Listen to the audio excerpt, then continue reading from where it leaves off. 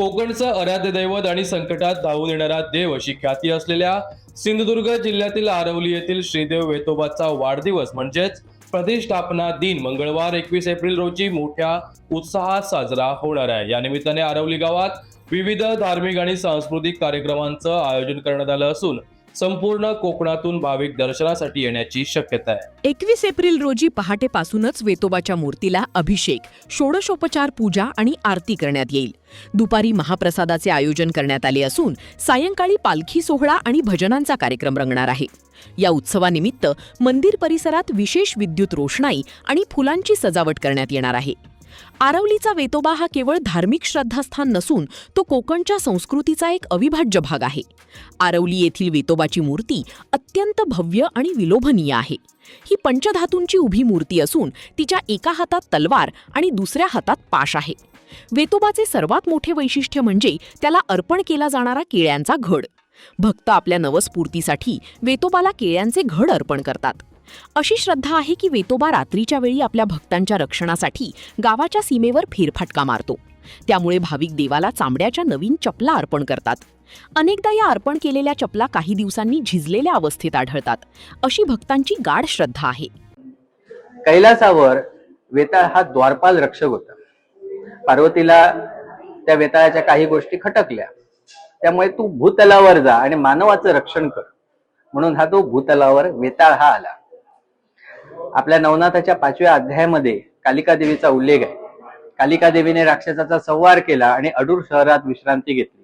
अडूर म्हणजे आजचं कुडाळ शहर आणि तिथे देव डोंगर आहे।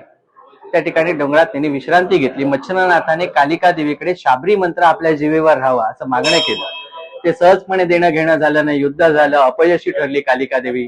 त्या ठिकाणी शंकर प्रकटले आणि शंकराच्या सांगण्यावरती हा शाबरी मंत्र मच्छिंद्रनाथांना देण्यात आला।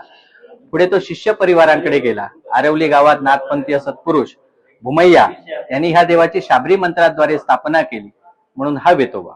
आपल्या सिंधुदुर्गात 143 मंदिर आहेत वेताळाची, त्यामध्ये हे एक स्थान वेतोबा हे ग्रामदैवत म्हणून सत्पुरुष भुमय्याने यांनी हे उभी केलेली मूर्ती आहे, देवता आहे। वैशाख शुद्ध पंचमी या दिवशी वेतोबाचा वर्धापन दिन साजरा होतो। आपल्या इकडची जी वेतोबाची भोळी भाबडी माणसं आहेत ते आजही वेतोबाचा वाढदिवस म्हणून साजरा केला जातो। वाढदिवस कोणाचा नसतो, कोणाचा असतो, बालकाचा असतो, एखाद्या व्यक्तीचा असतो, पण देवाचा वाढदिवस हा इथे मोठ्या प्रमाणात केला जातो।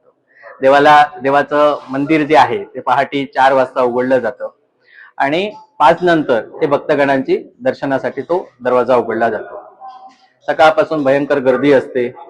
आलेले भक्तगण आपलं वर्षभराचं राखण राहावं म्हणून देवाला एक केळ्याचा घड हा मान दिला जातो।